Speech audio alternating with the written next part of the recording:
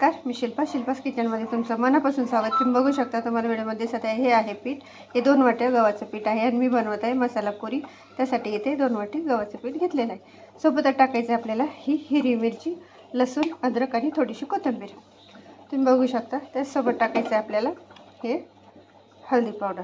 हळदी पावडर हे मी 2 चमचे टाकत आहे. त्याच्यासोबतच टाकायचं आहे लाल मिरची पावडर. लाल मिरची पावडर पण मी 2 चमचे टाकत आहे. मी हिरवी मिरची टाकलेली आहे म्हणून ही लाल मिरची डेगी मिरची आहे, ही काही तिखट नसती, त्यामुळे हे थोडीशी 2 चमचे टाकलेले आहे. तुमची जर मिरची तिखट असेल आणि तुम्ही हिरवी मिरची टाकलेली असेल तर तुमची मिरची तिखटावरून कमी जास्त करू शकता.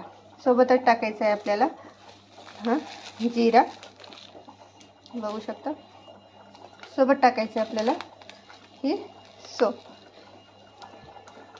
आता सोबत टाकायचं आहे आपल्याला हे पांढरे तीळ, तुम्ही बघू शकता. आणि आता टाकायचं आहे चवीपुरतं मीठ. तुम्ही बघू शकता याला चवीपुरतं मीठ. आता याला छान असं हाताच्या साहाय्याने मिक्स करायचं आहे आणि आपल्याला एकदम पुरीला जसं आपण पीठ मळतो तसं एकदम घट्ट असं पीठ मळायचं आहे. तुम्ही बघू शकता छान असं आपलं पीठ मळून झालेलं आहे. आता याला आपण अर्धा तास असंच रेस्ट करायसाठी ठेवणार आहोत. आपण मग नंतर करू गरम गरम पुरी.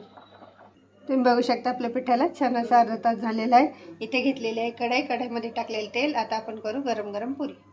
तुम्ही बघू शकता आपल्या छान अशा गोल्डन ब्राऊन पुरी तयार झालेली आहे. आता आपण करू प्लेटिंग. तुम्ही बघू शकता छान अशी आपली पुरी तयार आहे. इथे घेतलं आहे कांदा लिंबू, इथे घेतलं आहे भंडारेवाली आलूची सब्जी.